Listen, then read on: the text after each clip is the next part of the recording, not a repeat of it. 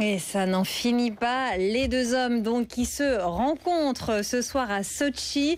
Gérard Depardieu donc qui est arrivé en Russie dans la journée pour en parler avec nous en plateau. Pierre Laurin, écrivain, journaliste, auteur d'une biographie sur Vladimir Poutine. Merci d'être avec nous. Finalement, est-ce que cette nationalité russe, citoyenneté russe de Gérard Depardieu, ce n'est pas un beau coup de com' pour Vladimir Poutine ? Oh, certainement. Je crois que Vladimir Poutine est en train de s'amuser follement avec ça. C'est un gigantesque pied de nez qu'il vient de faire, non seulement à la France, mais à l'Union européenne. Je trouve que dernièrement, il y avait des négociations entre l'Union européenne et la Russie sur l'abolition des visas. Les Russes veulent l'abolition des visas pour permettre de meilleures relations économiques, de faciliter les investissements, les voyages des hommes d'affaires. Les Européens sont beaucoup plus réticents à cause des problèmes des droits de l'homme. Et c'est un dossier qui traîne depuis très longtemps. Et là, Vladimir Poutine a l'occasion... une forme de revanche ? Oh, de revanche, non. C'est vraiment une moquerie.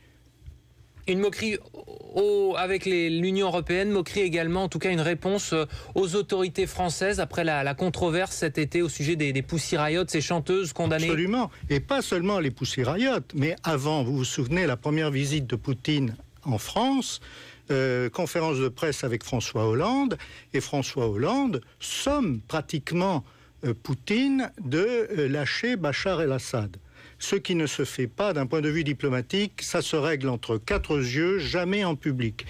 Et Poutine l'avait très mal pris. Et depuis cette époque, je crois que même si les relations avec François Hollande se sont un peu améliorées, je crois que Poutine considère que la diplomatie française n'est pas à la hauteur de ce qu'elle a pu être dans des années plus lointaines.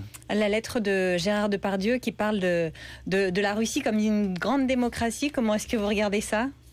Je crois que chaque personne qui se trouve dans une situation comme celle de Gérard Depardieu se trouve des justifications. Je n'ai pas entré dans le fait de dire est-ce que c'est vrai, est-ce que ce n'est pas vrai. Mais en tout cas, ça a fait beaucoup réagir une partie des journaux en Russie. Bien sûr, mais les journaux voient cela comme... Ça a été moqué. Les journaux d'opposition voient cela comme une pitrerie de Gérard Depardieu, comme une sorte effectivement d'opération de pub du Kremlin en faveur de sa politique. Et puis les journaux qui sont plutôt proches du pouvoir voient cela comme la preuve que la Russie est enfin une démocratie reconnue. Je crois que par-delà ces aspects qui sont finalement très banaux.